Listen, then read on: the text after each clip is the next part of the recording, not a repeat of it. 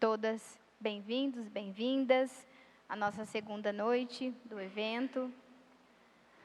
No primeiro momento, nós vamos convidar a professora doutora Nájila Tavares Ogir para fazer o lançamento do seu livro, que tem como título, nome, Formação de Professores em Infância, Esperançar e Fortalecer a Docência.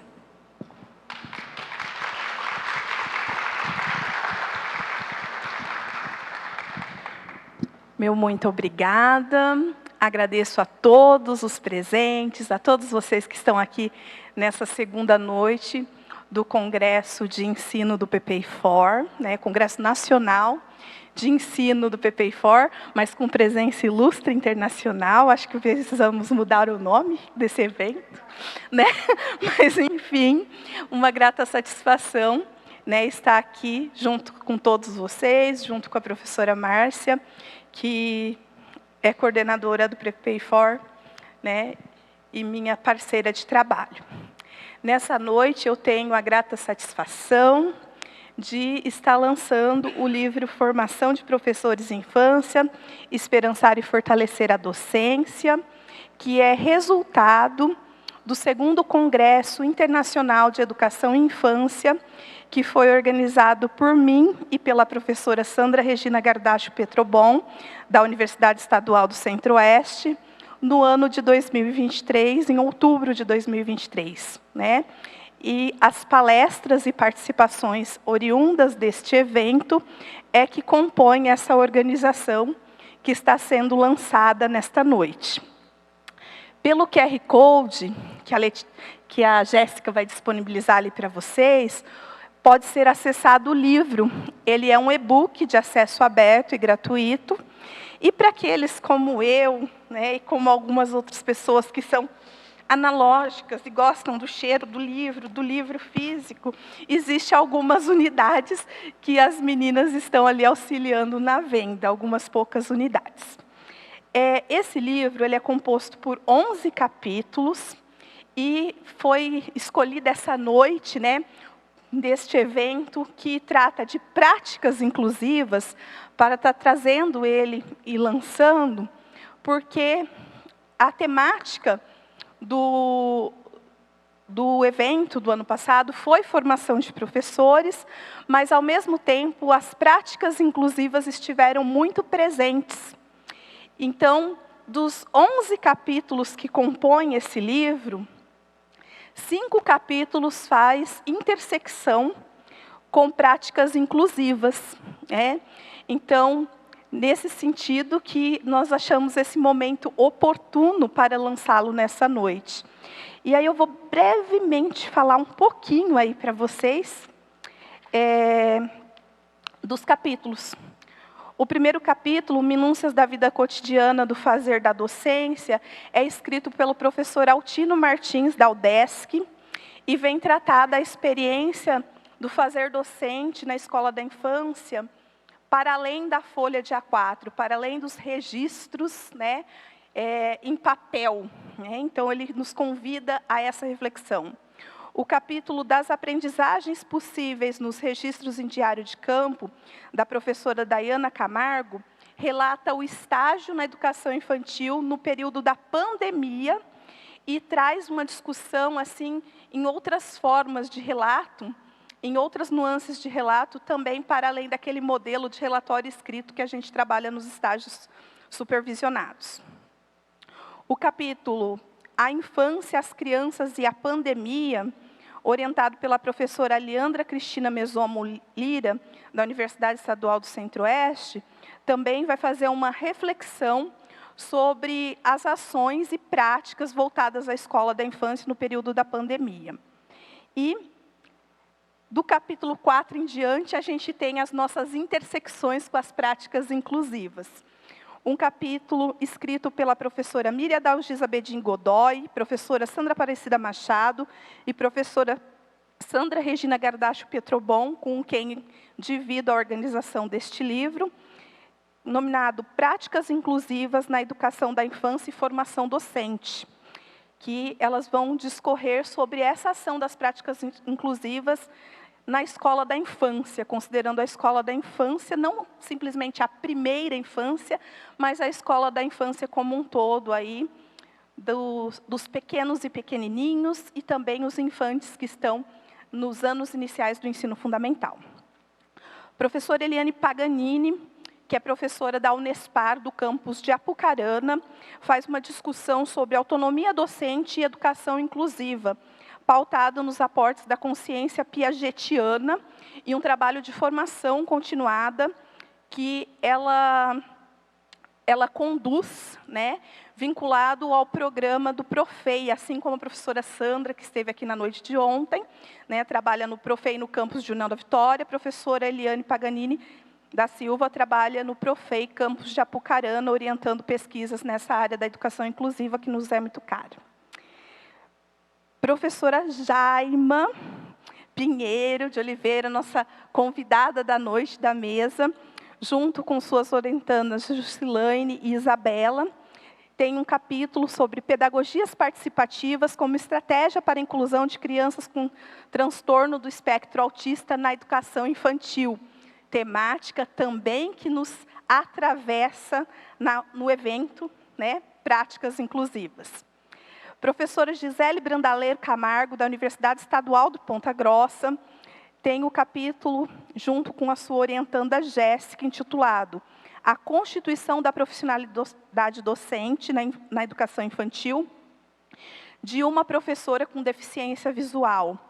Então, sua orientanda Jéssica é cega e desenvolveu o estágio no curso de pedagogia no 3º ano do curso, atualmente ela está no 4º ano, e ela faz um trabalho com crianças pré-escolares, nesse sentido da percepção das atitudes sociais e do que é a deficiência visual e a cegueira.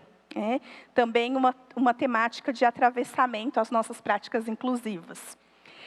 O capítulo Formação Continuada de Professores na Rede Pública Municipal e a Perspectiva Inclusiva, foi escrito pela professora Carolina Elisabel Blasco, que atualmente é professora da Universidade Federal do Mato Grosso do Sul, campus Pantanal, pela Bianca Moretti Vieira Palmeira e pela professora Evelise Maria Labute Portilho, professoras da Pontifícia Universidade Católica de Curitiba, que vai fazer essa discussão da formação continuada numa rede municipal, numa perspectiva inclusiva.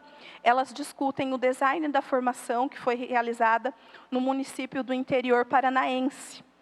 E elas apresentam esse design dessa formação. Eu atuei nessa formação como formadora, né? E esse processo também foi produtivo e profícuo e serve para fazer com que pensemos nas nossas práticas inclusivas.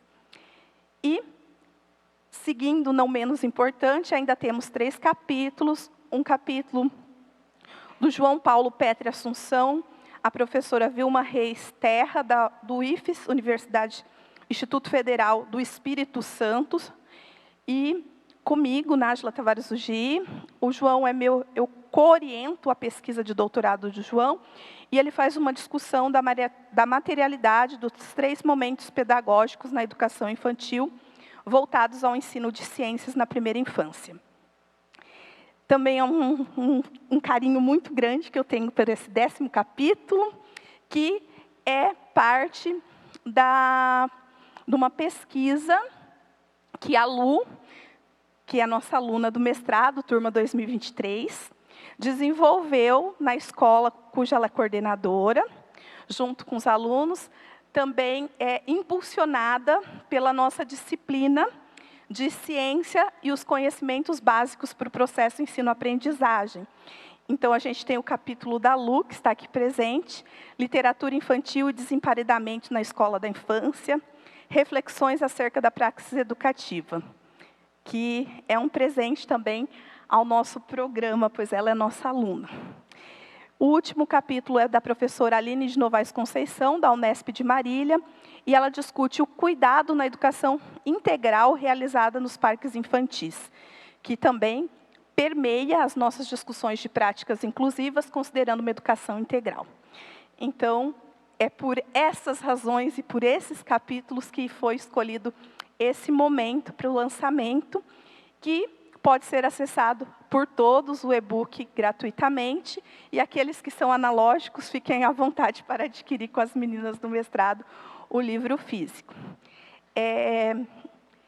Eu também não posso deixar de fazer um agradecimento muito especial, né, porque a capa de um livro é sempre o cartão de visita e o convite à leitura, né? Então, eu agradeço a Sabrina Borges, nossa aluna do 3º ano de Pedagogia, que fez essa ilustração durante a disciplina de Fundamentos da Educação Infantil, né? E que é essa belezura toda que agrada o olhar de todos aí que podem ter contato com o livro. Minha gratidão imensa. E, para simbolizar esse lançamento e esse momento, eu vou convidar cada uma dessas pessoas que são a materialidade, né, dos autores aqui presentes. Então, convido a Sabrina para receber um exemplar do livro como ilustradora.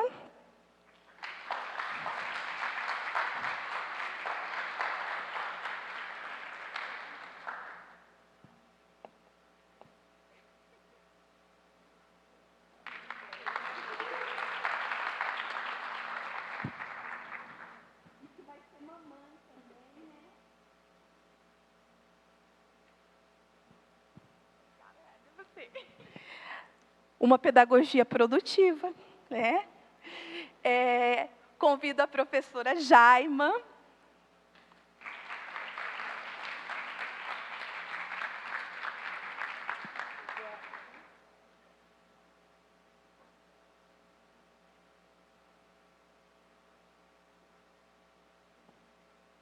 E convido a Lu, a nossa aluna do mestrado, também aqui presente, nossa fotógrafa da noite também.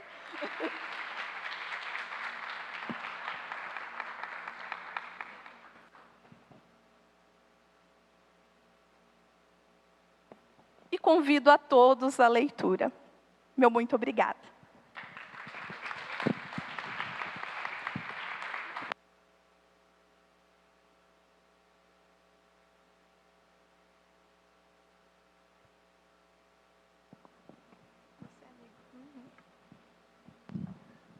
Boa noite a todos e a todas. Neste momento, vamos dar início à mesa coordenada Inclusão Socioeducativa de Escolares com Necessidades Educativas Específicas. Convidamos para compor a mesa Professora doutora Merlin Murgia Mori, da Universidade Central Marta Abreu de Las Vilas, Cuba.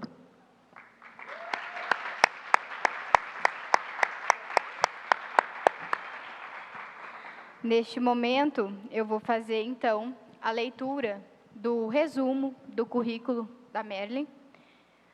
Merlin é licenciada em Educação, com especialização em Ensino Primário.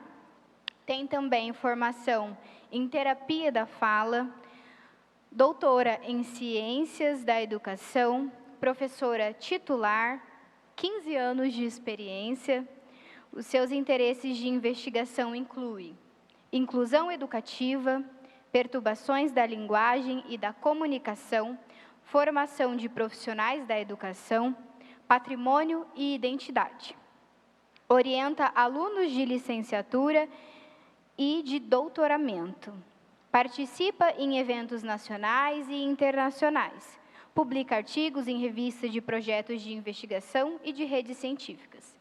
E é coordenadora de um projeto de investigação sobre inclusão educativa. Membro de outros projetos, patrimônio, identidade e internacionalização do currículo. Obteve prêmios da Delegação Territorial do Ministério da Ciência, Tecnologia e Ambiente de Vila Clara. E recebeu o Prêmio Nacional da Academia Cubana de Ciências e é detentora de prêmios da Universidade de Ciências Pedagógicas Félix Varela. Professora do Corpo Docente do Mestrado, Educação e Desenvolvimento da Primeira Infância.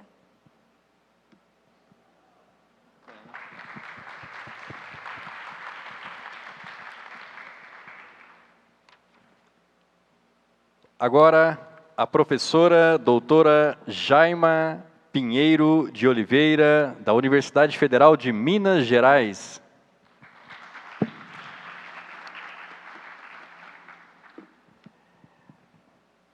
Doutora Jaima é graduada em Fonoaudiologia pela Universidade Estadual Paulista, Júlio de Mesquita, Filho, da Unesp.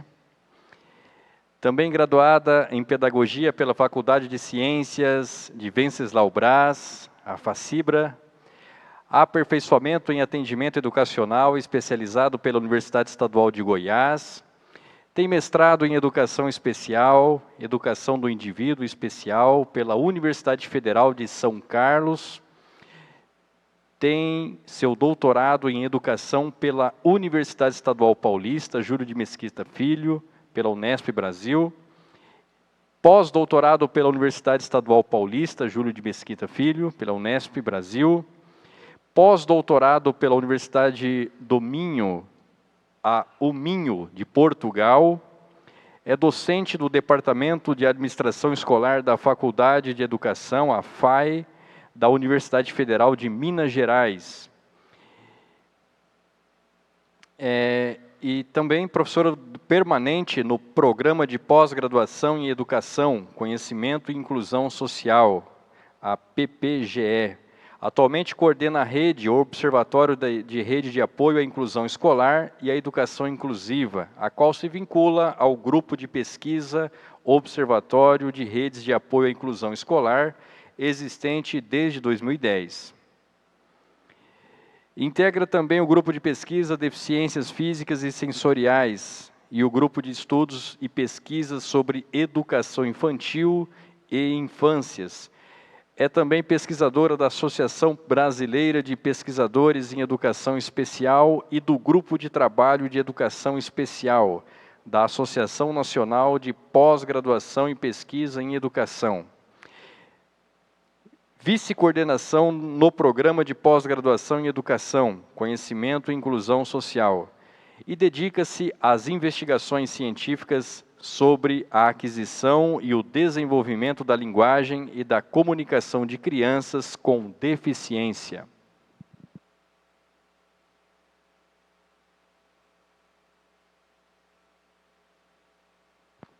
E também, para compor essa mesa, professor Dr. Fábio Alexandres Borges, da Universidade Estadual de Maringá.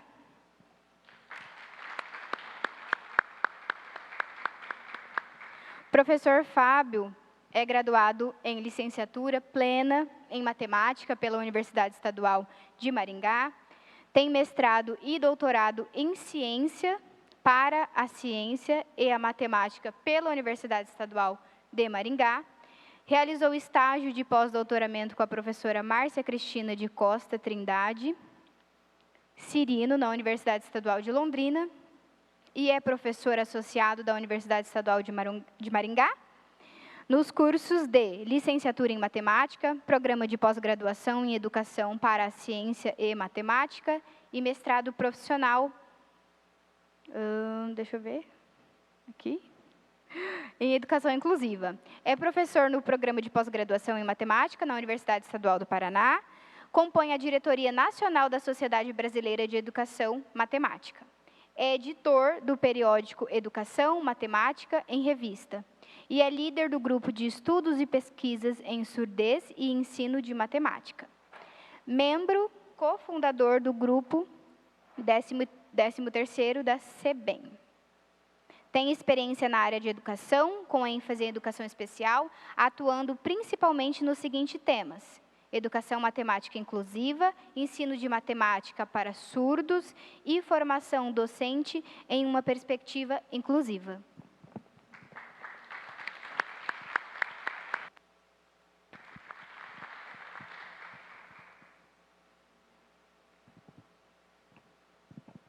Boa noite, pessoal. Boa noite a todas as pessoas. Muito obrigado pelo convite das minhas amigas, né? Esqueci de falar que eu fui professor da Unespar e do PPI-4, né, Márcia? Que é algo que eu me orgulho demais e que contribuiu para a minha formação, né? E deixei amigos muito queridos aqui. Só para explicar a dinâmica, né, da nossa mesa coordenada, que eu tenho a honra aqui de dividir com a professora Merlin, com a professora Jaima. Nós vamos começar com a professora Merlin, depois a professora Jaima e depois eu finalizo. Cada um nós temos em torno de 30 minutos. Donde hay docentes, estudiantes, con los ojos brillando, nada más que oyeron Cuba. Porque la expectativa me pone un gran reto, que además de haber participado ya en otras sesiones de trabajo, es tratar de transmitir el mensaje que traigo desde Cuba sin repetir, con nuevas ideas, con nuevas intenciones, pero cumpliendo con mi misión acá, que es hablar precisamente de la inclusión, y en este momento me lo pusieron más difícil, socioeducativa, para los escolares con necesidades educativas especiales. Esa diapositiva que ven ahí, en blanco, no es por gusto, es hecha con toda intención, es porque así se sentía mi mente la primera vez que me hablaron de inclusión. Fueron mis profesores iniciando la licenciatura, cuando estábamos ya haciendo también prácticas en aula, porque en mi formación me correspondió estar dando docencia y a la misma vez los estudios de licenciatura. Y cuando me hablaron de inclusión en aquel momento, la mente se puso del color de esa diapositiva anterior, en blanco. Gracias a los estudios, a la pasión que sentí en el momento que comenzó en Cuba este movimiento que ya en el mundo había iniciado hacía ya una década, mi mente empezó a llenarse de ideas, de teoría, de conceptos, de acciones, de tareas, de deseos, de sueños, de muchas cosas que podía hacer desde mi aula, desde mi espacio, con una tiza y un borrador.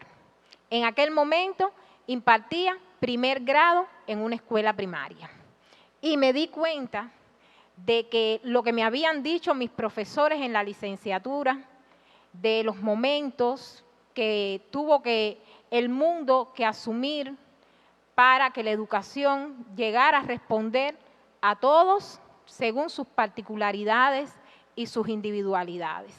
Ahí me acordé de mi profesora cuando me dijo que existió la segregación, que hubo exclusión, que luego hicimos los intentos desde los sistemas educativos de atender a la diversidad e integrar, porque todavía no estábamos incluyendo, e integrar a escolares diferentes en un contexto sin cambiar ese contexto, y ya llegaba nuestro estudiante allí y nosotros nos sentíamos los más felices del mundo porque decíamos, en mi aula hay un niño sordo, en mi aula hay un niño autista, y ya creíamos que estábamos incluyendo, y los maestros pensábamos que ya por tenerlo allí, sin cambiar nuestra forma de pensar, nuestras acciones, nuestras planificaciones, ya estábamos haciendo inclusión. Y realmente estábamos marcando la diferencia. Estábamos acentuando aquello que ya ese niño sabía y se lo estábamos dando a conocer a todos los demás, a los que los rodeaban, a los de otras aulas, a los docentes de toda una escuela e incluso a los padres. Yo no sé acá en el contexto brasileño, pero yo tuve la experiencia de tener que dialogar, convencer con padres que cuando en el aula había un niño con una característica distintiva, no quería que su hijo compartiera el puesto de aula con ese otro nene. Y eso es exclusión también, y estábamos tratando de adecuar nuestros métodos de educación para darle respuesta a la diversidad. Nos estábamos equivocando, pero no lo sabíamos, hasta que realmente comprendimos que la inclusión es el cuadro que va, el círculo que ven ahí debajo, que es cuando todos disfrutan de un mismo contexto y el contexto entonces es el que se adapta a las particularidades. Porque entonces estaríamos aceptando lo que es una realidad, que es hasta visible. Yo miro acá al auditorio y miren si todos no somos diferentes. Si en la diversidad no está lo común, estamos más gorditos, hay otros más flaquitos, unos usan espejuelos, otros no, unos llevan el pelo rojo, otros rubios, otros negros, rizados, laciados. Todos somos diferentes, porque precisamente ser diferente es algo común. Cuando me invitaban a esta mesa, mis ideas fueron aflorando todas, pero dije, de teoría, la teoría está en los libros. Los diferentes investigadores, cada región, cada país, cada maestro, elige según su contexto, según la situación a la cual se tiene que ir enfrentando para dar una respuesta educativa de calidad. Y por eso decidí dejar la teoría a la espontaneidad, a la búsqueda, al aprendizaje autodidacta de cada uno de nosotros. Yo tengo mis autores con los cuales me identifico. Ahí podrán ver que la pregunta es, ¿qué es inclusión? Y lo dejé en inclusión cuando incluso ya le tenía puesto el apellido de inclusión educativa. Pero mi mente se pone en blanco en varios momentos. Y cuando reviso, Marcia sabe que reviso las presentaciones en más de una ocasión, cuando reviso la presentación, digo, no, es que ya educativa está quedando pequeña. Porque educativa estoy ubicándola en el contexto del aula, de la escuela, de la institución. Y realmente hoy nosotros estamos llamados, los profesores que forman profesores y los profesores que forman a las nuevas generaciones, a hablar de inclusión socioeducativa, para aspirar a esa inclusión social que es la que todos buscamos en el mundo. Todos, no hay nadie que en un momento no lo necesite. Pues entonces, cuando hablábamos me preguntaba, ¿qué es inclusión? Todos aquellos investigadores que a partir de los estudios que he tenido que ir realizando, me pudieron haber dado una luz, me pudieron haber guiado para yo poder asumir mi teoría y así defender algunas ideas construidas mediante la investigación colectiva.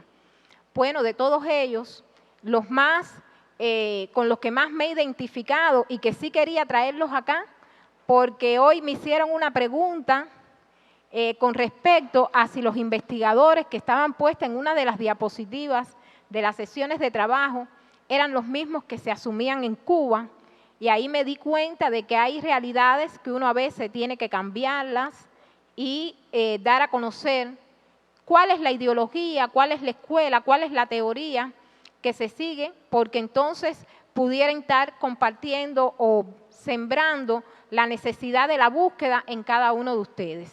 Ahí ven marcadas en rojo algunas de las palabras que constituyen clave de estas conceptualizaciones. Yo pudiera decirle que, por ejemplo, los primeros autores son autores cubanos. Gailes y Cobas, del año 2005, ratifican que la inclusión educativa es parte de un contexto donde hay que dar respuesta a las necesidades de cada uno de los individuos. Sin embargo, no varía mucho la definición que ofrece Book y Aiscon. No sé si acá han trabajado con esta bibliografía. Son los máximos exponentes desde en el Reino Unido de la investigación en cuanto a inclusión. Tienen un índice de inclusión donde ofrecen pautas de cómo ir transformando los procesos educativos para que los centros se conviertan en centros inclusivos. Y estos autores también mantienen que además de transformar el contexto, los estudiantes tienen que ser partícipes del mismo, o sea, tiene que haber participación, tiene que haber permanencia, tiene que garantizarse un éxito y tienen que eliminarse barreras. Y no obstante, Borges, de 2013, autor villaclareño, o sea, de mi terruño más pequeño, plantea también que esta inclusión educativa tiene que ver con el contexto. Y también dice que no hay diferencia entre una escuela regular y una escuela especial, que la inclusión es para cada una de las dos, siempre y cuando el contexto educativo se transforme para dar respuesta a las necesidades de cada uno de los escolares. Y ratifico y enfatizo en cada uno de los escolares, porque también en las sesiones de trabajo desarrolladas acá en este evento, he visto que esa idea ha permanecido. La defendió muy bien anoche la profesora Sandra Saletti, cuando planteaba que no es solamente para aquel niño que tiene una necesidad educativa específica, sino que cada uno de nosotros necesitamos de este proceso planteado a sí mismo por ella, y que yo coincido plenamente, de este proceso de inclusión. Y esta interrogante, si Fabio me lo permite, quisiera que él la dejara para el momento final, cuando tengamos que debatir sobre el tema que estoy presentando. Porque a mí siempre me ha traído a la mente ir y venir cuando trato de estudiar, de profundizar, y veo que hay textos que hablan de inclusión educativa y hay otros que hablan de educación inclusiva. Yo he creado mi teoría al respecto, la mía, que responde a mi contexto, a mi sistema educativo en Cuba, pero quiero conocer la teoría de acá. Quiero saber si es inclusión educativa, si es educación inclusiva, si las dos significan lo mismo. Aunque sí me queda claro que para que haya un proceso de inclusión, tienen que existir en consonancia, en armonía, cada uno de estos elementos. Tiene que reconocerse primero como un proceso. Un proceso, el pan, para hacer el pan hay un proceso, ¿no es verdad? Para la inclusión hay un proceso que tiene una primera etapa, que después de esa viene otra y otra y otra, lo que significa que no por decir que ya ese niño está en nuestra aula, que le estamos dando una respuesta educativa de calidad, estamos haciendo inclusión. Es un proceso que se construye cada día, es un proceso de participación, de igualdad, de éxito, de permanencia, miren, de éxito, porque mientras que en ese estudiante y los que los rodean no hay armonía, no haya sensibilidad, no hayan relaciones de empatía, de camaradería, de colaboración, no estamos cumpliendo entonces con un proceso de inclusión. Pudiéramos hablar que también reitera la eliminación de barreras. Y las primeras barreras no es quitar una escalera y poner una rampa para que suba el que tiene una silla de ruedas. Esa barrera es visible. La otra barrera que no es que si el niño no entiende, no aprende, vamos a sentarlo en la mesa más cercana al profesor. Esa barrera también es visible y se resuelve. Se elimina fácilmente con un gesto, con una acción. Las primeras barreras están en nuestros pensamientos. Está en lo que pensamos sobre la diversidad. Y cómo enfrentamos esos pensamientos y los de nuestros estudiantes y los de los padres de los estudiantes y los del vecino de la bodega, bueno, acá no se dice bodega, de la tienda y la de el que atiende, el que trabaja en la panadería. Y cuando viene a él una persona con una necesidad educativa especial y no es capaz de sensibilizarse y tratar de comprender y tratar de ayudar y colaborar con esa demanda que le está haciendo esa persona. Y esa eliminación, esa barrera, que es una barrera psicológica, que es la barrera que primero aparece ante lo que nos choca, ante lo que es diverso, es una barrera muy difícil de eliminar porque es inconsciente. Acá yo, por ejemplo, he necesitado de un proceso de inclusión y lo he recibido porque yo hablo español y ustedes hablan portugués. Leticia ahorita me comentaba, y la muchacha que nos está ayudando por allá, que no conozco su nombre, ¿cómo? Jessica. Oh, sí es nombre, en Cuba hay Jessicas también. Tengo una sobrina que se llama Jessica. Pues bien, Jessica me decía, pero los cubanos hablan más rápido. Dios sí. Y Leticia le dijo, ella habla más despacio para que la podamos entender. Pero yo he necesitado también de ese proceso de inclusión porque cada vez que me he acercado a cada uno de ustedes, ninguno ha virado su espalda para decir, no entiendo el español. Se han esforzado, han cooperado, han tratado de comprenderme y yo también me he puesto en ese lugar para poder comunicarnos sin que ustedes tengan que hablar español y sin que yo tenga que hablar portugués, porque yo no sé hablar portugués y a lo mejor todos ustedes tampoco saben hablar español. Entonces, ahí es donde está la inclusión. Fíjense si la diversidad es grande y si todos, en todos los momentos, necesitamos de este proceso. Y este proceso, en todos y en cada una de las necesidades educativas especiales, en los momentos en que estamos en situaciones que son diferentes, este proceso para mí, y es la ideología que siempre defiendo, transita por esta triada. Las culturas inclusivas, las políticas inclusivas y las prácticas inclusivas. No es la triada de la profesora Merlin para nada. Es precisamente uno de los aportes que hacen Book y Aiscon en su libro Índice para la Inclusión. Ellos plantean, y yo coincido, en que para que haya inclusión tiene que haber cultura inclusiva. Las personas tienen que sentirse sensibilizadas, comprometidas, tienen que sentir empatía por aquella otra persona que necesita de ese proceso de inclusión. Porque esa es la primera barrera que hay que romper, que hay que vencer, que hay que eliminar. Luego que se vence esa barrera de la cultura, que yo soy capaz de ponerme en el lugar de aquella otra persona que necesita del proceso de inclusión, yo considero que hay que hacer políticas inclusivas. Y las políticas, aunque la palabra diga política precisamente, no tiene que venir a hacerla nadie. Las políticas nosotros las hacemos cotidianamente.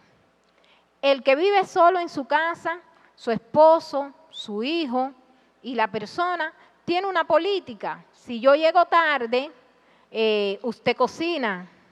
Esa es una política que a veces aplicamos los docentes. ¿Por qué? Porque los horarios son complicados y hay que cumplir.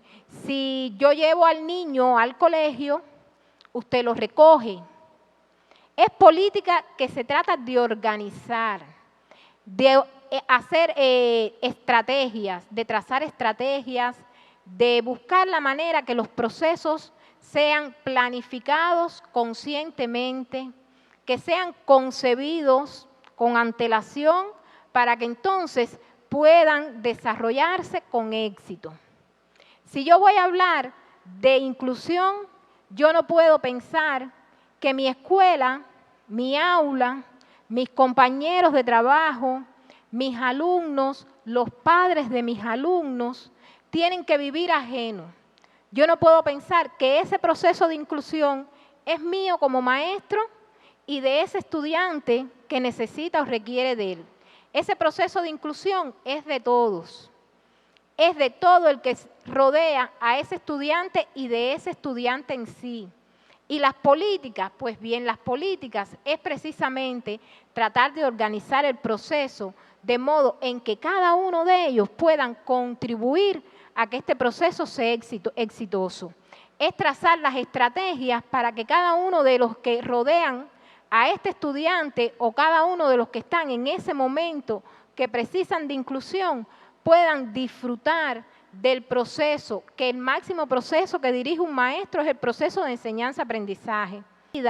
Para cada uno de mis estudiantes, y Sandra Saletti ayer también lo decía, quizás menciona a la profesora en más de una ocasión, si yo no llevo concebido de que hay un estudiante en mi aula que aprende mucho mejor cuando le presentan una lámina, pero hay otro que si le llevo un texto y lo lee, aprende mejor, pero hay quien necesita tocarlo.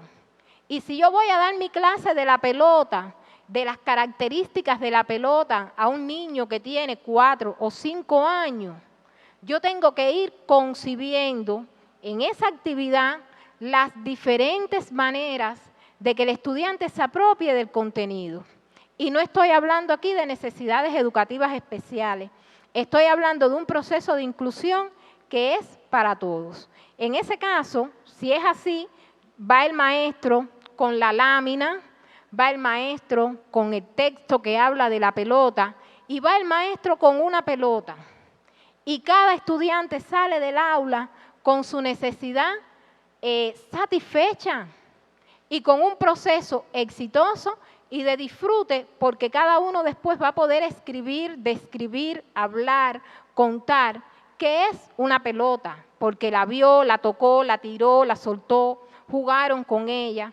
Y es de ese proceso educativo del que estamos hablando, más allá de aquel que el maestro considera que porque ya lo hizo todo, ya también está haciendo inclusión. Esas políticas, no hay que esperar una ley, no hay que esperar que se reúnan un consejo para dictaminar.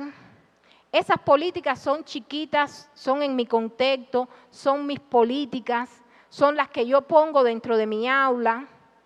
Yo recuerdo cuando yo estudiaba que había un profesor de inglés que cuando él entraba al aula había que ponerse de pie. Eso es una política, porque hay que cumplirla. Pues precisamente para la inclusión, el maestro tiene que ser capaz de trazar sus políticas, sus estrategias, las que no se pueden violar para que el proceso entonces sea exitoso.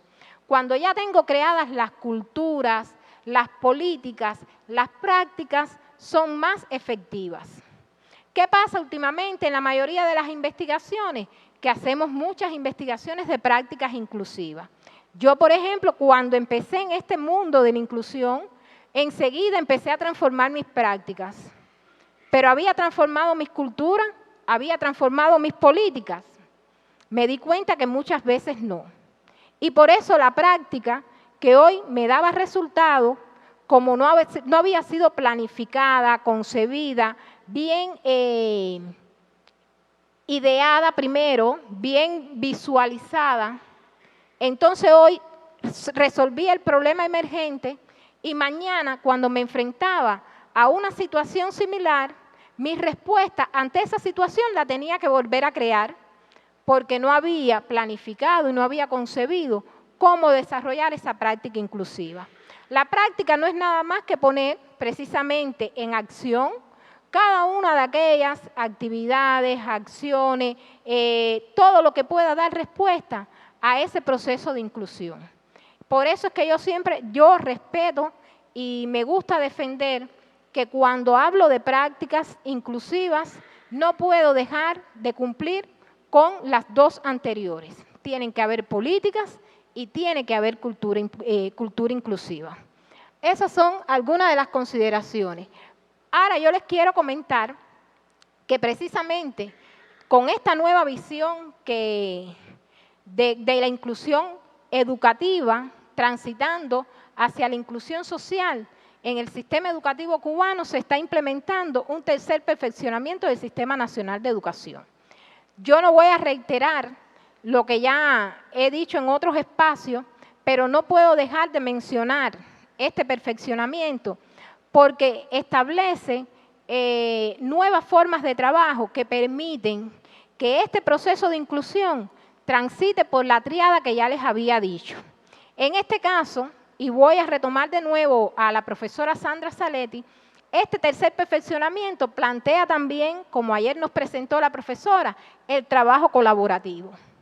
Como una forma de trabajo sistemático, planificado en cada una de las instituciones, que se puede dar entre maestros de un mismo grado, que se puede dar entre maestros de un mismo ciclo. Allá en Cuba, un ciclo, por ejemplo, un ciclo dentro de una escuela son los maestros de primero y de segundo y de tercer grado, hacen un ciclo.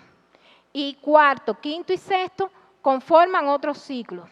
Y entonces, esos maestros a veces pueden buscar políticas de trabajo que permitan que se realice un proceso de inclusión educativa eficaz. Otro de los elementos o de las transformaciones que este tercer perfeccionamiento también en Cuba está promoviendo es el trabajo en red socioeducativa. Es precisamente una forma de trabajo que también requiere de cultura, de políticas y de prácticas inclusivas. En este sentido, este trabajo en red trasciende los muros de la escuela.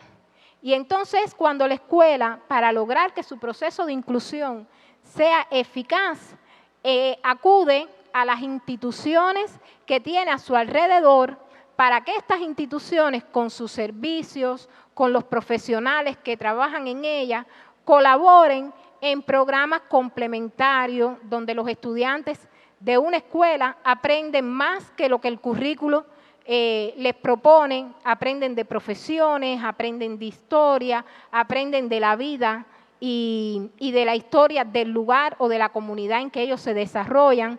Y esto permite que el estomatólogo, por ejemplo, que trabaja en una clínica cerca de la escuela, conozca que en las escuelas hay niños que necesitan de un proceso de inclusión y se esfuerce para comprender y ponga su corazón para poder entonces entender que si su niño está en esa aula, su niño también puede colaborar en ese proceso de inclusión.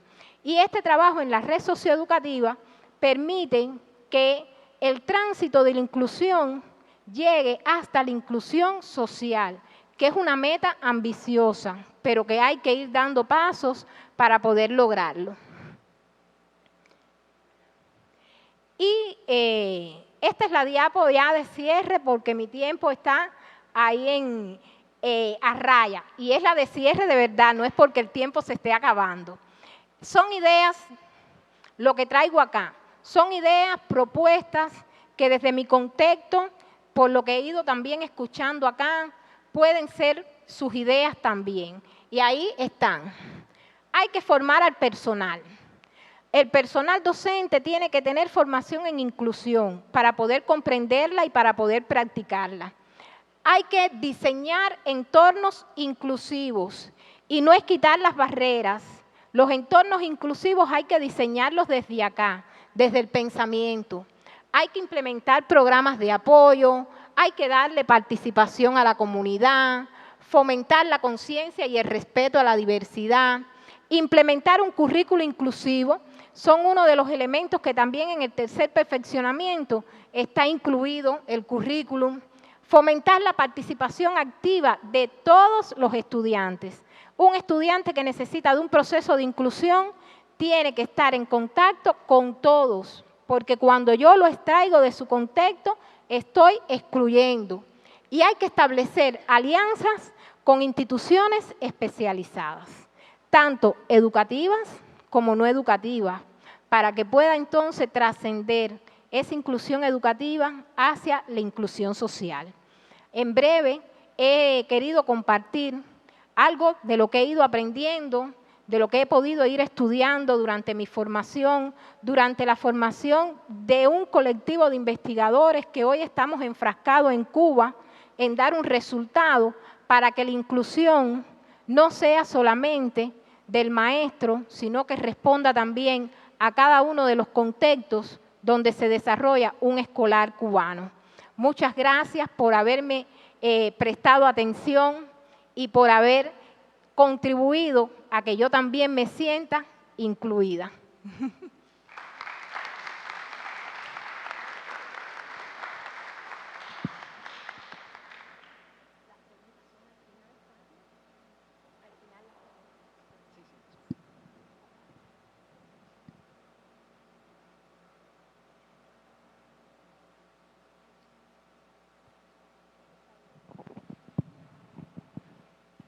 Boa noite a todas, todos. É um prazer enorme estar aqui, voltar, né, ao Paraná. A Nájila sabe que eu já morei aqui por 10 anos, morei em Irati, e é sempre um prazer, né, voltar à casa, né, que foi onde eu construí, foi o estado onde eu construí toda a minha carreira acadêmica. Então eu tenho um prazer enorme e uma honra, né, sempre voltar ao Paraná. Então, eu gostaria de agradecer muito pelo convite, né, em nome da professora Nájila, professora Márcia também. Um prazer dividir a mesa aqui com a professora Merlin e o professor Fábio. Peço desculpas por essa voz, tá? Eu não saí de BH com ela. Eu acho que as escalas, né? Guarulhos teve um choque térmico bem grande e eu acabei pegando aí um processo alérgico. Mas vamos lá. Muito obrigada, professora Merlin, pela sua fala. Tá? Algumas coisas que você falou, eu acho que vai contribuir também, né, para as reflexões que eu trouxe aqui. Eu vou tentar falar um pouquinho para vocês sobre ações com base no desenho universal da aprendizagem que contribuem para o processo de inclusão escolar.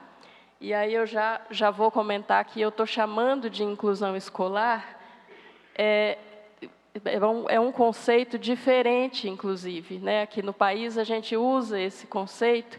Por que ele é um pouco diferente? Porque a inclusão, na verdade, ela vem muito antes da educação inclusiva, né? A professora Merlin acabou de falar sobre a inclusão educativa, né, e a educação inclusiva. Mas aqui, né, o campo da educação especial construiu esse conceito a partir da educação inclusiva. Então, a gente considera a inclusão escolar o processo de escolarização de todos os estudantes do público-alvo da educação especial, outra expressão muito específica. Algumas pessoas têm reclamado, né, do uso dessa palavra alvo, principalmente. Então, a gente tem usado mais público da educação especial, na escola regular, na sala comum, né? Então, e quem são essas pessoas do público-alvo? Pessoas com deficiência, pessoas com TEA e pessoas com altas habilidades e superdotação. Então, isso é da nossa política, por isso que a gente acabou construindo esse conceito aí ao contrário, né? Pode passar. E acabei de falar, né, assim, aqui no Brasil a gente acaba considerando a inclusão escolar dentro da educação inclusiva, deveria ser o contrário, né? E aqui foi só para mostrar um pouco, né, que essa educação inclusiva, ela é uma educação de qualidade para todos. E ali dentro eu incluo todas as pessoas que de alguma forma foram excluídas historicamente do processo educacional, né, da escola regular. Então, quando eu estou falando de educação inclusiva, eu estou me preocupando com essas pessoas historicamente excluídas, né? Coloquei alguns exemplos ali, mas é lógico que tem mais. E aí a nossa preocupação atualmente são esses 3 pilares, né? Acesso, permanência e principalmente participação, quando eu penso na inclusão social, e a aprendizagem, quando eu estou mais voltada para a escola ou para a instituição educacional. No acesso, eu penso que a gente avançou bastante, mas a permanência e a participação e o processo de aprendizagem, a gente ainda precisa avançar muito, muito mesmo, tá? Então, os objetivos aqui da minha fala, né, para ser um pouco mais diretiva. Eu vou apresentar para vocês possibilidades de ações que podem viabilizar ou favorecer esse processo de inclusão escolar e, a partir disso, né, a partir desses exemplos, propor reflexões sobre a formação, principalmente a formação continuada, do ponto de vista do desenvolvimento profissional, tá? Então, na parte 1, eu vou apresentar brevemente o nosso grupo que faz essas ações, que tem feito, né, essas ações. É um grupo bastante grande, né, assim, com parcerias internacionais também, e ações por todas as regiões do país. E depois dessa apresentação, eu coloco um exemplo, né, baseado no DUA, que é o Desenho Universal para a Aprendizagem. Pode passar. Então, o nome desse grupo é Observatório de Redes de Apoio à Inclusão Escolar e à Educação Inclusiva. Ele tem um canal no YouTube, uma página no Face, ali aparece meu nome, né, no Instagram, por exemplo, apesar de estar o meu nome, mas ele é utilizado pelo Observatório. Tá? Então, todas as postagens, a maioria são de ações do Observatório. Ele é coordenado por mim e pela professora Kathleen Mayra Pedro, da Federal de São Carlos. Ela está na vice-coordenação. E o observatório ele constitui-se de grupos que fazem ações, né, que apoiam essas práticas voltadas para a educação especial para favorecer o processo de inclusão escolar. Sempre na perspectiva da educação inclusiva. Então, a gente está falando de escolarização do PAEE, né, público-alvo da educação especial, na escola regular, na sala comum. Jaima, em nenhum momento você vai falar sobre parcerias com as instituições especializadas, por exemplo? A gente fala também, porque a maioria dos lugares tem ocorrido o atendimento educacional especializado pelas instituições especializadas, né? Aqui é um exemplo clássico, né? No estado do Paraná, Minas também. Então, não tem como a gente não falar dessas parcerias, mas elas não devem ser incentivadas, né? Porque a ideia é realmente a educação inclusiva. Aqui tem algumas pessoas, né? Algumas devem ser conhecidas aí por vocês. Pode ir passando, que eu acho que são 3. Tem algumas parcerias internacionais. Pode passar. Depois eu coloco aqui 2 exemplos, que é a professora Nájila, né, que está no nosso observatório, a professora Sandra Gonçalves, da Universidade de La Fronteira, de Temuco, no Chile. E aí, uma coisa que eu gostei muito, que a professora Merlin acabou de falar, que eu acho que tem tudo a ver com isso daqui.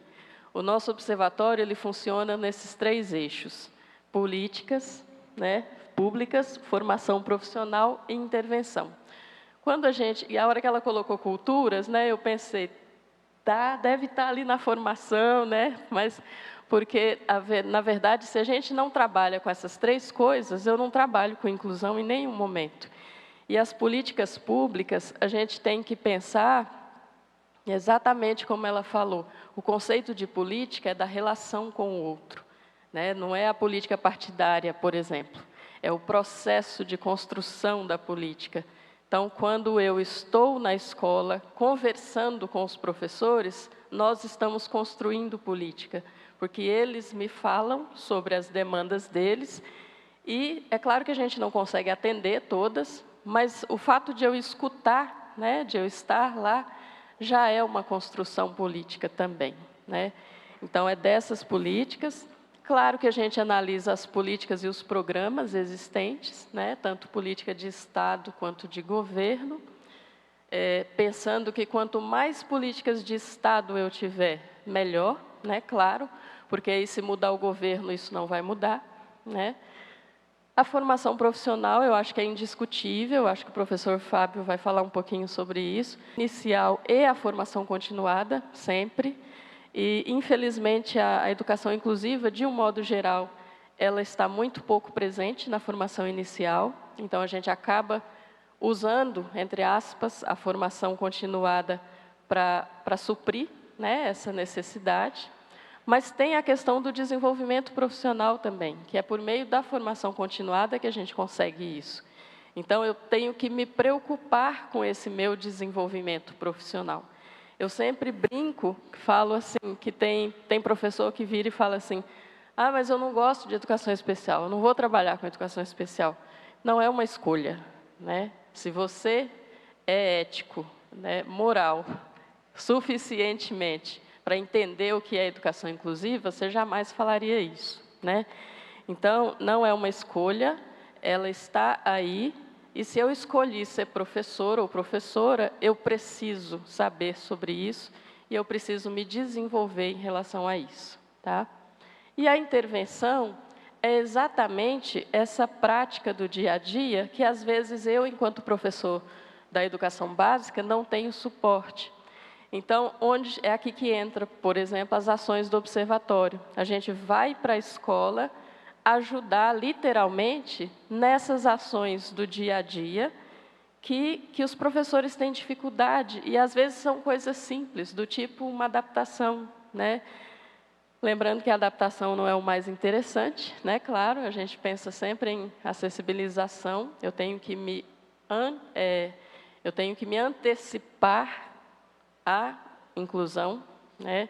A escola ela tem que, eu não gosto muito dessa palavra, né? Mas é como se ela tivesse que estar preparada para atender qualquer demanda.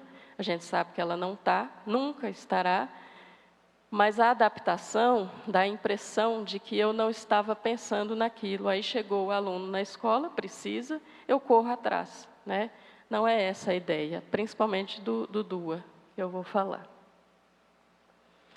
E aí, ao longo dessas experiências, né, os maiores desafios que a gente tem encontrado na inclusão educacional são esses aqui.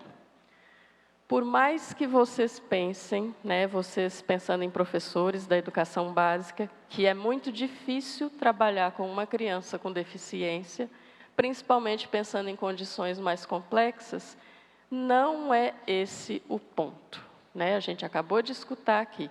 Qual é o ponto principal? Qual que é assim, os desafios, né? Compreender a deficiência como parte da diversidade humana. Eu sou diferente, a professora Márcia é diferente, a professora Merlin é diferente, o professor Fábio. E não é por causa da condição de deficiência, é porque eu tenho necessidades específicas em relação ao meu processo de aprendizagem, né? Alguns aprendem ouvindo, alguns aprendem lendo. Isso é a diversidade. Eu não posso colocar isso de forma intrínseca à deficiência, tá? Então, quando eu começo a compreender a deficiência como parte da diversidade, as coisas começam a ficar mais fáceis, tá? Volta só um pouquinho, só para ver se eu não... Ah, sim. E aí, quando eu compreendo essa deficiência dessa forma, eu sei, né, eu começo a entender que o laudo não é o mais importante. Ah, Jaime, eu não estou conseguindo trabalhar com uma criança com deficiência porque ela está sem laudo.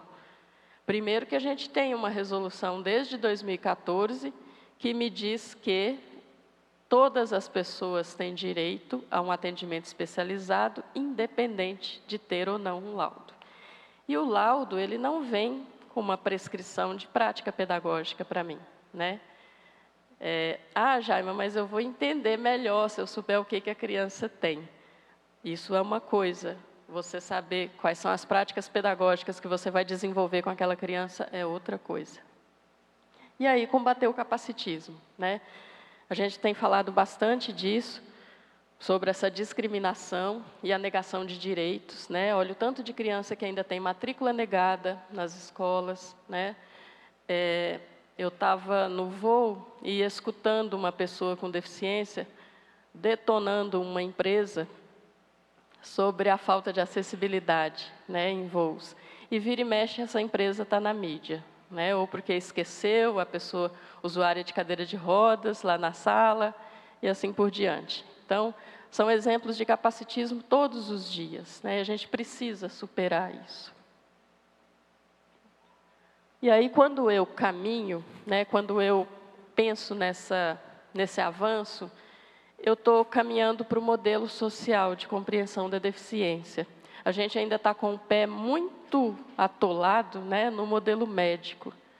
Então, dependendo muito de algumas coisas. Quando eu entendo que essas barreiras que essas pessoas encontram estão no ambiente social, né, eu estou mais próximo desse modelo médico. Fica mais fácil eu pensar em acessibilidade, né, ou em acessibilizar, que é um termo que a gente também está usando mais, que é essa coisa de eu me antecipar. Vou dar um exemplo clássico. Eu tenho um restaurante, e aí o restaurante não tem cardápio em braille. E você chega no lugar e comenta, né? Ah, vocês não têm cardápio em braille, em comunicação alternativa? Ah, não, porque ninguém vem aqui, ninguém com deficiência visual vem aqui. Provavelmente não vai, porque lá não tem, né? Se tivesse, iria. Ah, não, aqui não precisa de tradutor e intérprete, porque não tem surdo. Provavelmente o surdo não vai lá, porque não tem o tradutor, né? Então, é essa questão da antecipação mesmo, tá bom?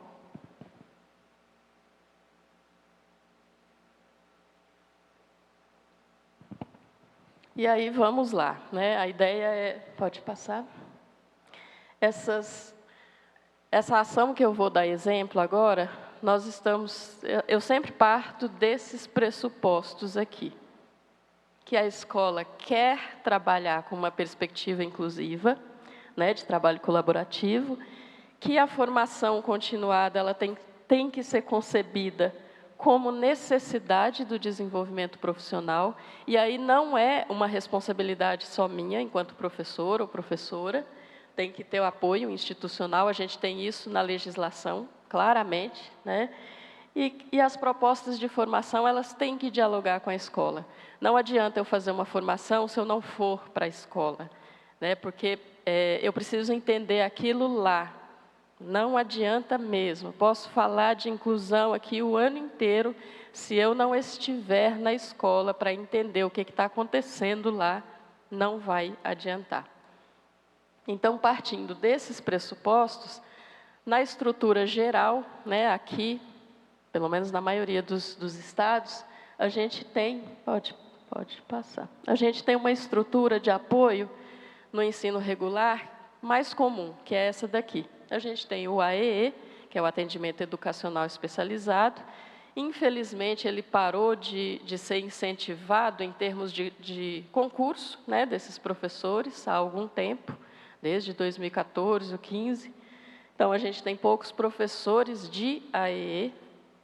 A gente tem um apoio intersetorial, por mais precarizado que seja, eu tenho um setor de saúde, um setor de assistência social, que eu posso me reportar, se eu precisar. Eu tenho uma perspectiva de colaboração, né? Eu sou muito otimista, eu chego na escola e eu penso que nós vamos trabalhar de forma colaborativa, porque sozinho ninguém faz nada. E eu tenho monitores e os professores de apoio, que são os mais comuns, e tem uma polêmica muito grande agora com os profissionais de apoio. Lá em Minas, são professores de apoio, e tem uma regulamentação do Estado. No Estado de São Paulo, talvez no Paraná e nos outros, tem aquele monte de nome, né, profissional de apoio, atendente de apoio, um monte, cuidador. E aí eles se confundem. E monitores, os monitores são para substituir esses professores de apoio. E acreditem, no interior de Minas, tem um lugar que a gente faz esses projetos de formação, esses monitores, alguns têm ensino médio. Aí pensa, se eu, professora formada, com especialização, às vezes com mestrado, na área, estou reclamando que essa formação não está dando conta para atender aquelas... Vocês imaginam alguém com ensino médio, que nunca ouviu falar de desenvolvimento infantil, por exemplo, nada, né? Então, essa é a situação que a gente tem, né? Mas é com ela que a gente tem que trabalhar. E aí o desenho, pode passar, o desenho universal para aprendizagem, ele é, de uma forma bem simples, tá? Um modelo de prática que me dá a possibilidade de acessibilidade curricular para todas as pessoas, independente da condição, tá? Não é para as pessoas com deficiência, é para todas as pessoas, porque aí eu vou considerar o perfil de aprendizagem, né, dessas pessoas. Ele tem 3 princípios. Quais são esses princípios? Eu apresentar o conteúdo de forma diferente, apresentar ou representar. Então, por exemplo, eu estou dando minha aula lá na educação superior. Eu não posso dar só um texto para o aluno. Eu tenho que dar um texto, eu tenho que dar um episódio de série, eu tenho que dar um vídeo curto de alguém explicando sobre aquilo, e assim por diante. Eu penso em formas diferentes. Professora, eu tenho muita dificuldade de interpretação de texto. Tá, mas você não pode ler, não pode deixar de ler. Você pode assistir uma série e depois você reforça aqueles conceitos com o texto, tá? Mas eu estou dando essas possibilidades. O outro princípio, quando eu vou pedir isso numa avaliação, eu respeito da mesma forma. Não adianta eu apresentar o conteúdo de forma diferente e depois eu dou uma prova escrita, né, para essa pessoa. Não vai adiantar nada. Então, eu peço também de forma diferente. E tento, de alguma forma, fazer com que essas pessoas fiquem envolvidas com isso. Eu tenho que buscar os interesses dessas pessoas para tentar envolvê-las nessas temáticas, tá? Esses são os 3 princípios.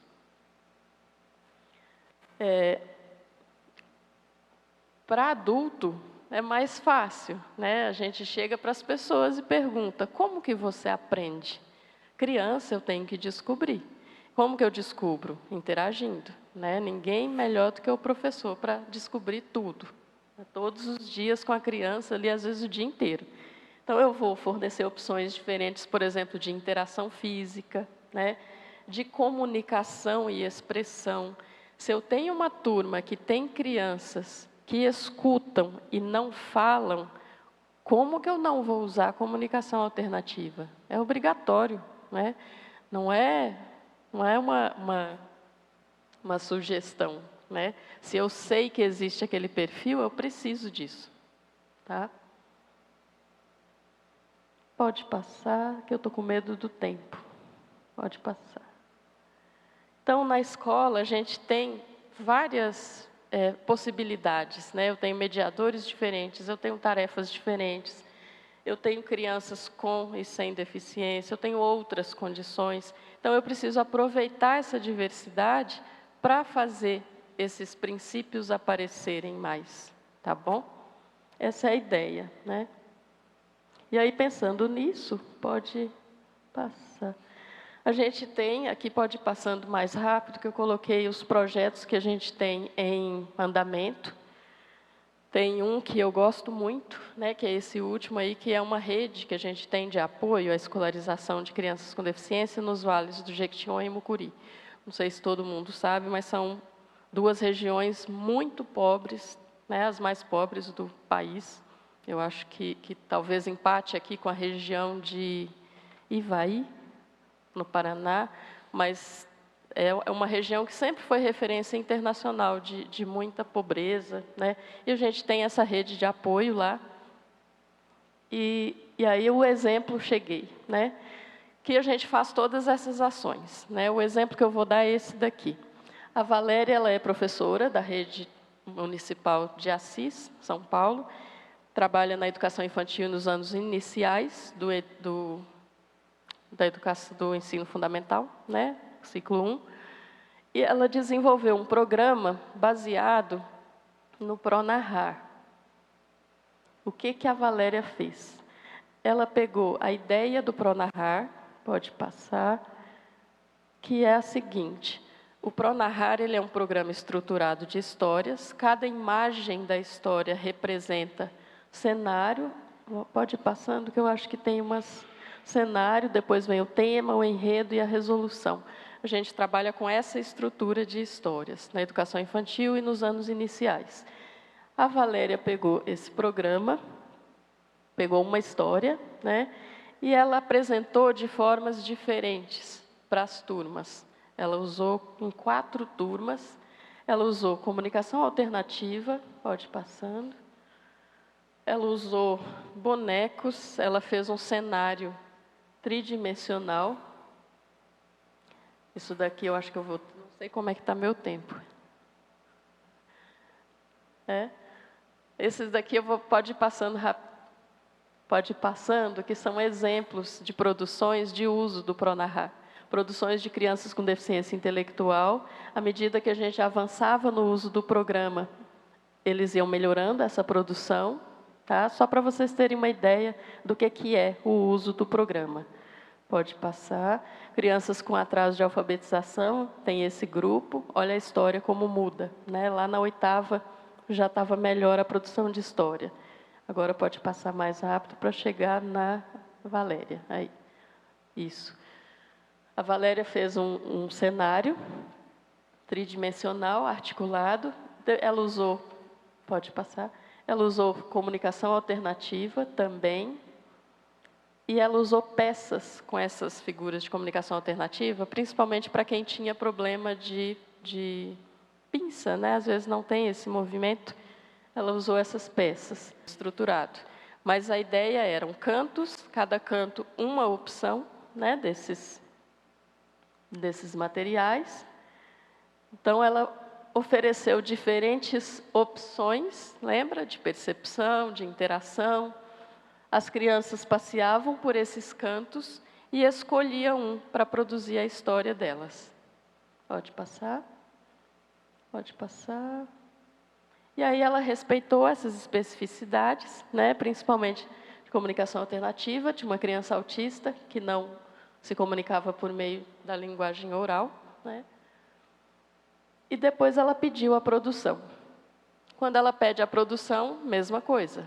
Teve algumas crianças que desenharam, teve outras crianças que fizeram uma produção escrita, pode ir passando. Teve criança que desenhou e fez a produção escrita, e assim por diante, né? Então, o exemplo aqui, pode passar, é só para mostrar para vocês que ela usou os princípios do desenho, né, para percepção, expressão e comunicação. Então, ela usou essas formas diferentes. Ela, pode passar, ela favoreceu a participação dessas crianças e houve intenção de produzir. Todo mundo produziu a história, todo mundo que estava lá, tá? Então, né, para fechar, agora eu estou acabando mesmo, a gente precisa o tempo todo, né, estudar para a gente modificar essa compreensão do que é deficiência. Estou falando mais das crianças com deficiência, que normalmente são as demandas maiores, né, claro. Estudar para compreender, né, o que é e superar esse capacitismo. E, principalmente, valorizar a qualidade da educação nossa enquanto política de Estado. Porque a política de governo, ela muda, né? Entra e sai o governo e muda. Então, se eu tiver política de Estado, vai ser mais fácil essa implementação. Eu acho que era isso, né? Agradeço mais uma vez. Eu vou deixar com a Nájila uma coisa bem interessante, espero que vocês gostem, para ela fazer um sorteio de um livro desse e passa mais um. Deixa eu ver se eu coloquei aí. E de uma história dessas dos bonequinhos. Pode. Aí. E desses bonequinhos aí, né? Tem o livro junto, tem a história plastificada, né? E os bonecos, só para vocês terem uma ideia dessas representações diferentes. Mas é isso. Obrigada, gente. Espero que vocês tenham gostado.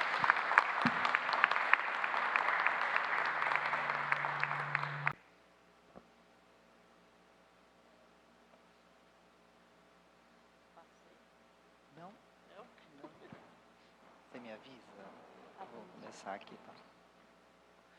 Bom, eu vou ficar em pé porque eu tenho hérnia de hiatus, eu vou ficar pescoço toda hora, meu pescoço fica doendo.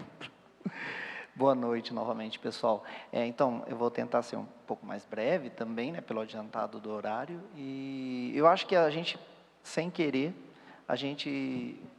vocês vão perceber várias conexões entre as falas, né, tanto da professora Merlin quanto da professora Jaima. E o que me deixa bastante feliz, confortável, e muitas coisas que me deixaram bastante empolgados, que eu anotei aqui também, até para ter contato com vocês posteriormente, se possível, né? Então, aqui, para falar aqui no PPI-4, como eu fui professor do PPI-4, eu resolvi brindar uma pesquisa, parte dela foi desenvolvida no PPI-4, por um aluno do PPI-4, que é o Lucas. O Lucas hoje é aluno de doutorado na UEM, em Educação, e eu fiz uma parte da pesquisa, especificamente pensando na formação inicial de matemática, na época num estágio de pós-doutoramento, e o Lucas fez com os cursos de pedagogia, depois eu vou explicar, tá bom? Bom, alguém sabe pintar aqui? Alguém é pintor ou pintora aqui? Já foi, Márcia? Eu não sei pintar. Como que é seu nome, você? Como? José Daniel. José Daniel não sabe pintar. Mas o José Daniel, como que você pinta? Com qual mão? Destro, canhoto? Legal. Essas pinturas, elas são feitas com a boca, simplesmente com a boca, né? Pela pintores da Associação Brasileira de Pintores com as Bocas e os Pés. E pode passar o próximo. Esse carrinho, esse modelo, ele foi feito pelo Jorge, que eu conheci o Jorge quando eu fiz uma parceria com o pessoal da UESC, a Universidade Estadual de Santa Cruz, lá em Ilhéus. Eu conheci o Jorge. O Jorge é psicólogo de formação, ele é tetraplégico. E foi dito a ele que ele não poderia um monte de coisas. Inclusive, para fazer estágio obrigatório no curso de psicologia, ele precisou receber 7 nãos. 7 vezes eles disseram que ele não podia fazer, porque não é igual ao nosso estágio, que a gente tem que dar o campo de estágio e a pessoa vai lá e faz, né? Ele tinha que arrumar um campo de estágio, porque ele não seria capaz. E um dos nãos fora do estágio é que ele nunca seria capaz de pilotar um modelo desses de controle remoto. E o Jorge não só pilota, como ele fez o modelo dele com o apoio de um rapaz que morava na rua, que ele comprou as peças pela internet, montou. Hoje ele já tem avião, ele já tem outras peças, né? E ele montou o modelo dele. Pode passar. Eu acho que o que as professoras comentaram em relação a isso, né? Eu acho que foi a professora Merlin, mas eu acho que está conectado também com a professora Jaima, que a gente não pode antecipar as limitações das pessoas por generalizações preconceituosas que a gente tem, né? Mesmo as pessoas com deficiência, elas são muito diferentes. Não existe uma receita para, mesmo quando você sabe, né? A professora comentou do laudo. O laudo ele vai dar um caminho inicial, né? Um conhecimento muito inicial. Mas o que a gente não pode é limitar as capacidades das pessoas, ou antever as capacidades das pessoas, né? Essas capacidades, elas têm que ser potencializadas se a gente quer ter sucesso numa educação que transforma, uma educação inclusiva, e não as incapacidades. Todos nós aqui temos incapacidades. Dependendo da aula que eu ofertar de matemática para vocês, eu teria várias incapacidades, ou de artes, ou de outras, né? As incapacidades e as capacidades, elas são subjetivas ao que é ofertado, às barreiras que a gente impõe, né? Ainda mais porque, histórica e culturalmente, a gente construiu uma escola e uma universidade excludente, né? Que elegeu, historicamente, elegeu quem pode participar, quem pode estar aqui, né? Ainda que haja um processo de democratização do acesso à escola no Brasil, esse processo é lento e tem reflexos até os dias de hoje, né? E a gente também não pode deixar de lado o fato de que, quando a gente vai estudar a história da educação especial, a história da deficiência, a gente não pode deixar de pensar no termo de normalização das pessoas, né? A gente normaliza e normatiza o tempo todo, né? E essa normalização, elas não falam somente dos outros, das pessoas que precisam de políticas de inclusão, mas elas falam de nós também, né? Ela fala das minorias e das maiorias, né? Normalidade e anormalidade, elas são construções históricas, né? E culturais, e devem ser analisadas de maneira conjunta, né? Relacionadas. E, da mesma forma, por consequência, inclusão e exclusão também sempre têm que ser analisadas de maneira conectada. Existe um pesquisador, dinamarquês, mas ele mora no Brasil, o professor Luiz Kovismose, e ele entende essa coisa de inclusão como um encontro das diferenças. E que nesse encontro, porque quando a gente fala em inclusão, você tem que questionar, a gente tem que ser crítico, incluir onde? Então, a gente tem que fazer uma análise crítica desse onde, incluir por quem. Por que eu estou incluindo? Ele faz toda uma análise interessante de encontro das diferenças, e ele fala exatamente disso, né? Não basta apenas olhar um dos grupos, a gente tem que olhar todos, né? Todos os grupos. A educação inclusiva no Brasil, especialmente, eu imagino que em Cuba também, óbvio que depois de todo esse histórico da nossa escola, da educação, ela vai encontrar resistência, né? Porque, para mim, a educação inclusiva, a inclusão socioeducativa ou a inclusão social é um paradigma. É um paradigma não no sentido de Kuhniano, de Thomas Kuhn, mas no sentido de que ele vai atravessar todos os espaços sociais. Ele deveria, e eu espero que... Eu acho que a gente avançou muito. E eu acho que a gente vai avançar cada vez mais, não tem como voltar atrás, né? A inclusão, na verdade, ela lança, do meu ponto de vista, um holofote, uma luz, assim, muito forte nos nossos problemas dentro da escola, porque muitas crianças já não estão aprendendo matemática, né? Então, seria muito injusto até você jogar a culpa naquele que, historicamente, nunca participou desse espaço, né? Pode passar. Aí eu trouxe uma fala da professora Eniceia Mendes, eu acho que a Jaima conheceu, né, porque estudou no UFSCar, né, que eu gosto bastante dessa fala. Quanto pior a qualidade do ensino das escolas, maior a demanda por suporte, reforços ou apoio, ou de remediar um ensino de má qualidade. Consequentemente, maior será o número de alunos encaminhados com suspeitas de terem deficiências, uma vez que o sistema tende a colocar no aluno os determinantes do fracasso. Há uma relação proporcional direta entre a democratização do ensino e o aumento dos espaços de educação especial, inclusive aumento de manicômios, de asilos, enfim, que hoje a gente não fala, né, é outra realidade. Eu acho que aí, ainda, né, pensando junto com a professora Eniceia, ela fala de um sistema de multicamadas hoje, de uma abordagem multicamadas, porque ela diz o seguinte: 80% dos estudantes que são, eu chamo, Jaima, de estudantes, eu também não gosto do público-alvo, estudantes apoiados pela educação especial, eu tenho chamado assim, né, foi uma escolha, que a gente também se incomoda. 80% dos estudantes que são apoiados pela educação especial, que estão na política de educação nacional de educação especial, de 2008, eles precisam de um nível de suporte baixo. E pode ser pensados em termos de uma abordagem universalista, como a professora Jaima muito bem trouxe aqui para nós, do desenho universal. A Eniceia chama de abordagens universalistas, e ela fala de desenho universal também.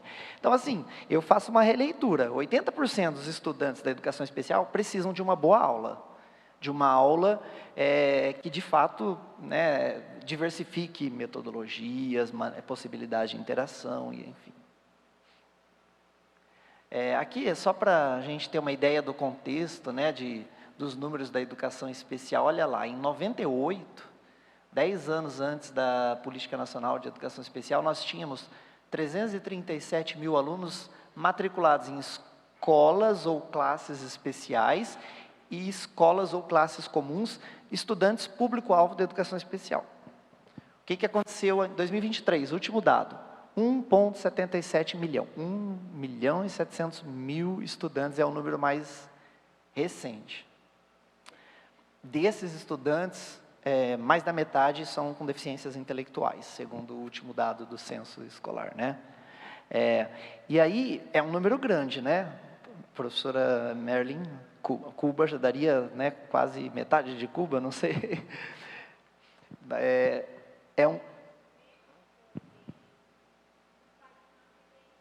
Sim. E ainda...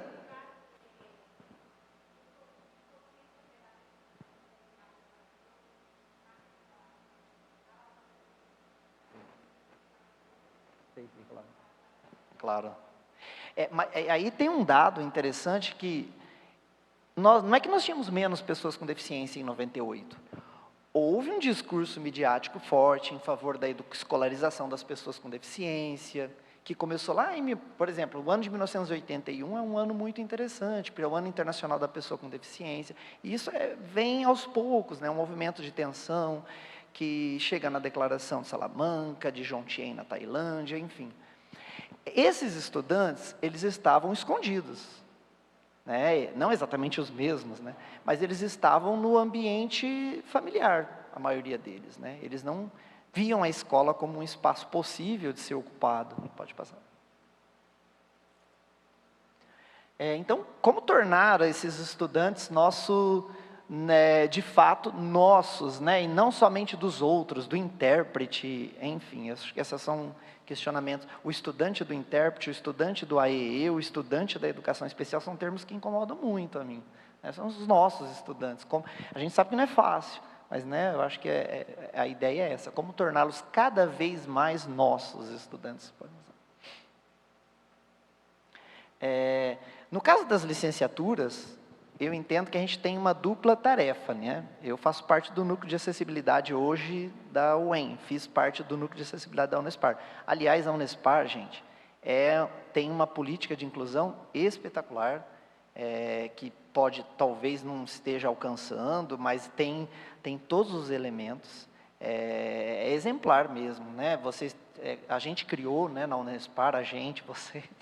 uma pró-reitoria de direitos humanos, nós temos os núcleos que funcionam, né? Muitas pessoas envolvidas, o Profeita aqui, enfim, a Unespar tem uma estrutura muito interessante. Nos cursos de licenciatura, eu acho que a gente tem uma dupla tarefa. A gente fala em formar professores para uma escola em uma perspectiva mais inclusiva, e ao mesmo tempo a gente está sendo cobrado de incluir na formação. Então, formar para a inclusão e incluir na formação inicial. Pensando na licenciatura, eu acho que essas duas coisas, elas se tensionam. E que bom que elas se tensionem. Vou dar um exemplo. Nájila, se a Nájila tivesse estudado com uma pessoa cega na licenciatura, enquanto futura professora de biologia, né, Nájila? De pedagogia, desculpa, enquanto futura pedagoga, formadora, ela começaria, inevitavelmente, a pensar respostas. Né? Eu convivi com uma pessoa de 4 anos, então acho que essas coisas, essas interações que as professoras muito bem trouxeram, elas são muito necessárias. Né? Não basta eu acho que nós professores promovermos esse tipo de interação e fortalecer isso nas licenciaturas. Nós temos um número muito pequeno ainda de estudantes apoiados pela educação especial no ensino superior, mas eles estão chegando. É um número muito pequeno. O último número que eu tinha informação era de 70 e tantos mil estudantes. Olha que diferença, que abismo, né? Do 1,7 milhão de estudantes na educação básica para esse número de estudantes. Pode passar. Eu acho que eu vou passar só para a gente não... para. Eu vou falar as tarefas, alguns dos pressupostos, eu não vou falar todos, porque eu acho que já foram contemplados pelas professoras Merlin e pela professora Jaima, né? Um deles é a questão de que a escolha das tarefas matemáticas, eu estou falando do campo da matemática, mas vocês podem traduzir para as áreas de vocês, né? As escolhas das nossas tarefas, elas devem se pautar no princípio da equidade. Então, ali está um desenho, né? Para uma seleção justa, todos farão o mesmo exame, escalar aquela árvore. Tudo certo? Então, essa não é uma tarefa que parte do princípio equitativo, ele é uma tarefa de igualdade, igual, né? Coitado do peixe, né? Feliz do macaquinho, né? Então, para alguns dos nossos estudantes, a gente propõe tarefas semelhantes à de um macaco escalar uma árvore, e para alguns estudantes a gente propõe tarefas semelhantes ao elefante escalar uma árvore, né? Pode passar.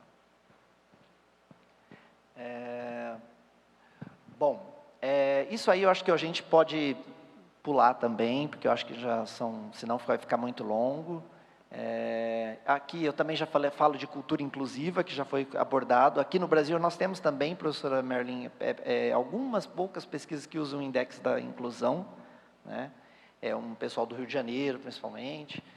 Eu já vi, não sei se outras pessoas já, né, leram o material do index da inclusão. O pressuposto da valorização do diálogo e da colaboração, que eu acho que foi trazido por ambas as professoras, né? Para mim, diálogo e inclusão são coisas indissociáveis. Estar disponível ao diálogo, e o diálogo no sentido mais variado possível. A gente estava conversando, eu e a professora Jaima, né? Às vezes perguntar para o próprio aluno, o estudante da universidade principalmente, né? Ele tem condição de nos falar, olha, vai por aqui, porque ele passou a vida toda dependendo muitas vezes de buscar resposta sozinho, né? Então, eu tenho entrevistas que eu fiz pesquisa com cegos, com autistas e tal. Eles são interessantíssimos em nos dar possibilidades do que é possível fazer. E eles não são tão exigentes assim como a gente pode imaginar, né? Com os pais, com os profissionais do AEE, universidade e escola, essa colaboração, né? Principalmente nos estágios, né? Mas também em outros espaços, enfim. Pode passar. E aí, então, como eu disse lá no início, eu vou falar aqui de alguns elementos que são baseados em análises dos projetos políticos pedagógicos de matemática e pedagogia do Paraná. É interessante que eu e o Lucas encontramos coisas muito semelhantes, embora a pedagogia, até pela característica, né, de que a pedagogia é responsável, há exigência de profissionais que vão atuar na educação especial de ter a formação em pedagogia. Então, a pedagogia ela avança em relação aos currículos de matemática, mas há muitas semelhanças. Então, o que eu vou trazer aqui, eu inverto, eu não vou falar o que eu encontrei, mas a gente vai falar que, pautado no que a gente encontrou, no que a gente entende que a gente pode avançar, tá bom? Então, no meu caso, só volta um pouquinho. Eu analisei, o Paraná tem 11 universidades públicas, né? 7 estaduais e 4 federais, espaços federais, instituições, enfim. E são 20 cursos de matemática. Só a Unespar tem 5. 20 cursos públicos, o nosso recorde foi os cursos públicos. E o Lucas analisou só as estaduais, que naquele momento eram 16 cursos de pedagogia, tá? Lembrando que a gente fez uma análise de currículo prescrito, é o currículo que está ali escrito, não quer dizer que, na realidade, na prática, os professores não avancem, né, em alguns aspectos. Que horas são? Já deu horário? 17. Bom, eu não vou ficar lendo todas essas partes. Um primeiro ponto que eu acho que a gente pode avançar, olhando para os currículos de matemática e para os currículos de pedagogia, é na transversalização da formação, da discussão da inclusão social. A professora Jaima comentou de disciplinas que ela leciona, eu leciono educação inclusiva na UEM. Ainda assim, eu acho que a gente vai naturalmente, aos poucos, avançar para essa transversalização. Então, eu vou pegar exemplo da matemática, mas vocês reflitam aí nos cursos de vocês, né? Por exemplo, nós temos o laboratório de ensino, a disciplina.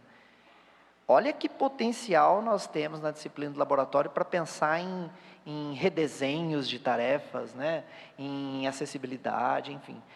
Tecnologias da informação, comunicação, nem sei se é esse termo que usa, tecnologias, né, digitais. Quanta coisa essa disciplina também pode futuramente começar a avançar, políticas públicas, psicologia, enfim. Eu acho que nós estamos deixando esse aspecto ainda dos outros. É culpa sua, é você que vai discutir, eu sinto isso nas minhas costas. Você veio aqui e vai resolver todos os nossos problemas. Ninguém sabe lidar. A gente tem que estar disponível, né? Através do diálogo, enfim. Então, eu acho que é um avanço que no futuro a gente espera que a gente vá aos poucos transversalizar, até para naturalizar aquela ideia de inclusão como um paradigma que impacta em todos nós, né? Pode passar. Pode passar, pode passar. Aí, esse segundo aspecto, que eu acho que a gente também já está avançando, mas pode avançar, é de que a gente pode, né, como favorecer essa formação docente inicial, uma perspectiva inclusiva, garantir que haja interação direta com estudantes apoiados pela educação especial. Muitas vezes, hoje não tem muito mais isso, porque é difícil você fugir. Qualquer sala de aula que você vai ter um laboratório ali, né, com estudantes, muitos autistas, enfim. E que bom.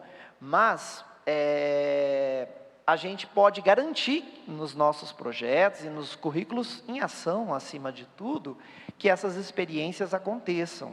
Por exemplo, por que nós não podemos garantir que nós tenhamos estágio na sala de recursos multifuncionais, né? Ou até como eu fiz com a minha turma do ano passado, na UEM, nós temos um bloco que é uma escola de surdos. É onde eu trabalhei, comecei com o meu interesse pela inclusão nessa escola de surdos há 21 anos atrás. E eu levei meus alunos para lá, né? Então eles chegam com aquela sensação, por que a interação direta é importante? Eu vou só no exemplo. Eles chegaram lá com a sensação de que tudo seria impossível. E eles saíram com uma com um impacto na cultura pessoal, né, dessa coisa de que não, existem muitas coisas que são possíveis. Então, esse vasculhar os preconceitos das pessoas, mexer no nosso preconceito, essas interações, elas favorecem isso, de que muita coisa é possível. Pode ir. Eu acho que eu já falei bastante disso, da importância do diálogo como fio condutor para a formação inicial, pode passar. Isso eu acho que foi bastante também abordado quando a professora Jaima, com outras palavras, falou da diversificação metodológica, né? A importância de que na formação inicial a gente também forme pelo exemplo, né? Sempre que possível, a gente diversificar as nossas possibilidades de comunicação, de linguagem, de expressão, metodológicas, porque na matemática tem uma teoria chamada dos registros de representações semiótica. Isso é muito comum acontecer na matemática, é de um francês chamado Raymond Duval. Quando você ensina um conceito só de uma maneira, muitas vezes o estudante pode confundir o conceito com aquele caminho, com aquela regra. Então, na matemática, a gente ensina muita regra, a gente não ensina o conceito que deveria ser, né? Então, o estudante, quando você não diversifica as representações dos objetos, da biologia, da matemática, quando você ensina só com a mesma representação o objeto, muitas vezes o estudante, você não dá para garantir que ele entendeu o conceito. Você pode dizer que ele entendeu a representação. Eu entendi a fórmula de Bhaskara, eu entendi a regra de 3, eu entendi isso. Mas eu acho que diversificar tanto metodologias quanto as representações, eu acho que é um avanço que no futuro a gente pode... às vezes, sem querer, você acaba alcançando mais estudantes que não estão entendendo a nossa aula, né? Pode passar. Pode passar. E aí, eu acho que é o último, uma coisa que a gente identifica nos PPCs e é claro, é um currículo prescrito, né? De novo, é uma limitação. Mas que a gente pode, então, avançar no sentido de que a discussão da inclusão ainda fica apenas pelos engajados. Eu chamo de engajados, disponíveis, e ela acontece, na maioria das vezes, de forma não curricularizada. Ela não é obrigatória para todo mundo. Então, onde a gente vê muita discussão, a gente que trabalha com inclusão, muitas pessoas batem a nossa porta. Me orienta, eu quero fazer coisas. E de onde que sai esse tensionamento? Dos programas PIBI de residência pedagógica aqui no Brasil, dos trabalhos de conclusão de curso, da iniciação científica, dos estágios supervisionados, dos projetos de extensão, grupos de estudos, enfim. Todas essas ações, elas são fundamentais e importantes. Que bom que elas existem, que elas promovem a discussão da inclusão.